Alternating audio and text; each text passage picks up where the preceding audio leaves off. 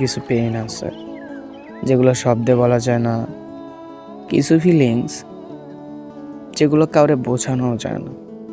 মনের ভিতরে এমন কিছু সাইলেন্ট স্টোরি থাকে যা না বলা যায় বন্ধুকে, না বলা যায় পরিবারকে, কিংবা কাছের মানুষকেও।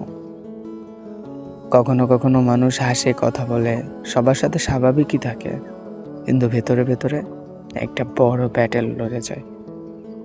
কারণ কিছু কষ্ট আছে যেগুলো শুধু নিজের সাথেই ক্যারি করতে হয়, কারো কাছে এক্সপ্লেইন করা যায় না। হয়তো একদিন সব ঠিক হয়ে যাবে, হয়তো একদিন এই হ্যাভি হার্ট একটু হালকা হবে, তবুও কিছু কথা বুকের ভিতরেই রয়ে যাবে, একটা আনটোল্ড ফিলিং হিসাবে।